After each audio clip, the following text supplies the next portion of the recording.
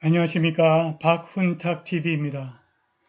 국제정치가 요동치고 있습니다.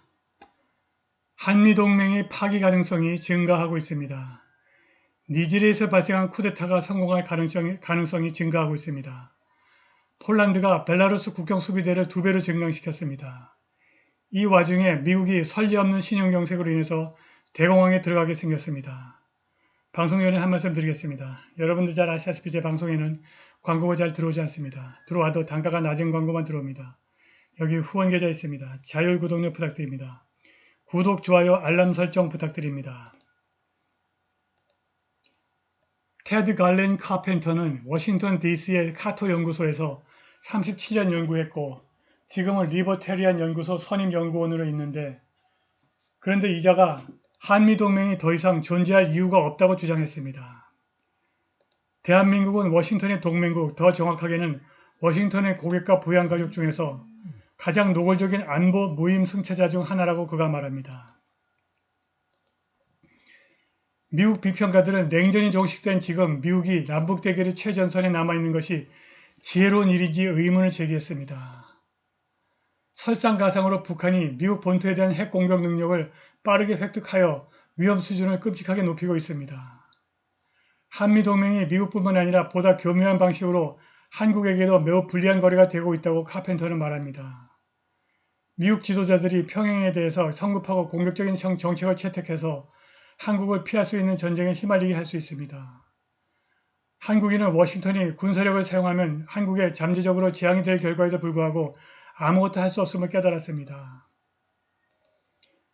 미국에 대한 한국의 의존도를 낮추고자 하는 한국인들의 정서가 수년 동안 고조되어 왔습니다.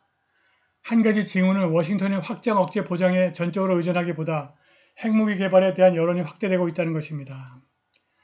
독립적 한국 또는 일본의 핵 억지력은 항상 미국 정책 기반자들에게 저주였습니다. 그러한 입장은 바이든과 윤석열의 2023년 4월 정상회담에서 특히 분명해졌습니다. 정상회담 폐막 공동선언을 통해서 한국 정부는 독자적인 핵 억지력을 추구하지 않을 것임을 확인했습니다. 그 대가로 바이든은 1980년대 이후 처음으로 핵 잠수함을 한국에 정박시키는 상징적인 제스처를 포함해서 한국의 안보에 대한 미국의 더욱 강력한 공약을 약속했습니다. 바이든은 또한 한국이 핵 정책을 포함하여 한미동맹과 관련된 결정에 더 많은 참여를 할 것이라고 말했습니다.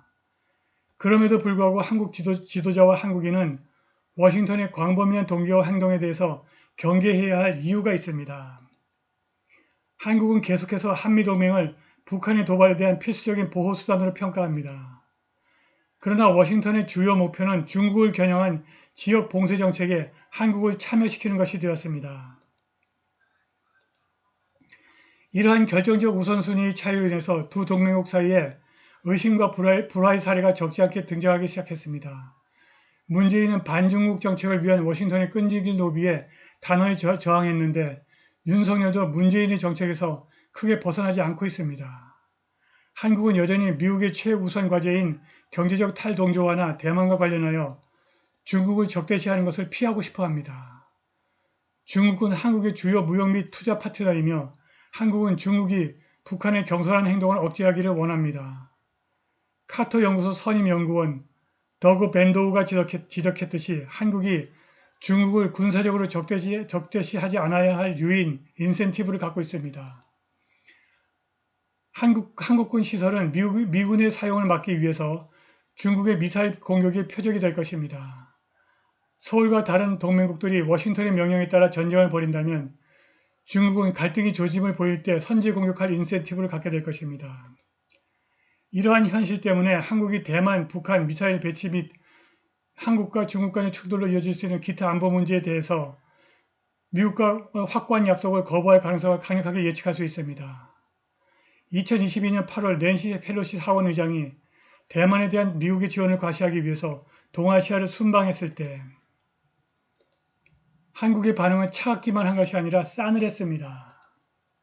윤석열은 휴가 중이라면서 면담을 거부했고 공항에 마중 나갈 공식 대표단도 없었습니다. 대만에서 분쟁이 발발할 경우 미국이 중국에 대한 군사 행동을 하기 위해서 한국에 있는 기지를 사용하는 것이 허용되지 않을 것이라는 이야기가 그 기간 동안 한국 언론에 유출되었습니다. 카펜터스는 미국과 한국의 전략적 이혼이 필수가 되었다고 말합니다.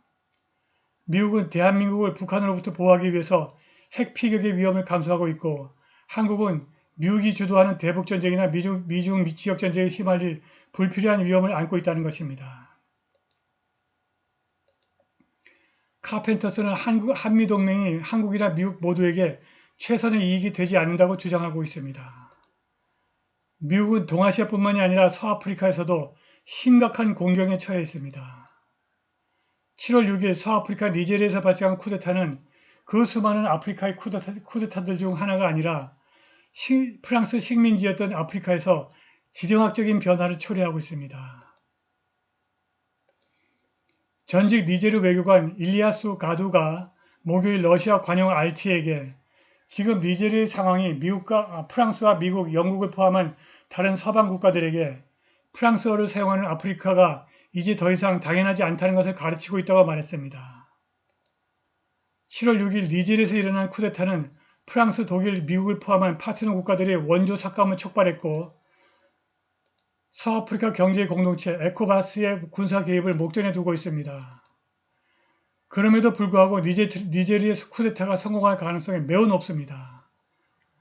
그것은 단지 이웃국가 말리에 있는 러시아의 PMC 바그너가 니제르와 안보협정을 체결했기 때문만은 아닙니다. 왼쪽 차트에서 보듯이 나이지리아에서 알제리로 이어지는 전력 가스관, 바로 이것입니다. 이것이 니제르를 관통하고 그것을 PMC 바그너가 장악할 수 있기 때문입니다. 폴란드는 수요일 푸틴의 러시아와 연합국가를 형성하고 있는 벨로루시와 국경을 따라 경비병의 규모를 2배로 늘리는 과정에 있다고 확인했습니다. 폴란드 관리들은 벨라루스 국경 반대편에 바그너 용병이 계속 집결할 것이라는 우려가 계속되는 가운데 추가로 2,000명의 병력을 배치했다고 밝혔습니다. 이렇게 전 세계적으로 미국 패권에 대한 도전이 발호하고 있는데 미국은 설리 없는 신용경색과 1929년 이후 최악의 대공황으로 들어가고 있습니다. 화폐 공급 증가율이 6월에 다시 하락하여 2022년 11월에 28년 만에 처음으로 마이너스로 전환한 이후 마이너스 영역에 깊이 남아 있습니다. 6월의 하락은 지난 2년 동안 경험한 전례 없는 최고치에서 가파른 하락 추세를 이어가고 있습니다. 화폐 공급 증가율이 이제 8개월 동안 마이너스였습니다.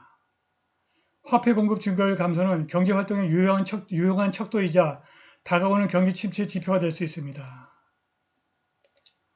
왼쪽 차트에서 보듯이 미국의 통화 공급 증가율이 설리 없는 마이너스 영역으로 줄어들고 있습니다. 바로 여기입니다.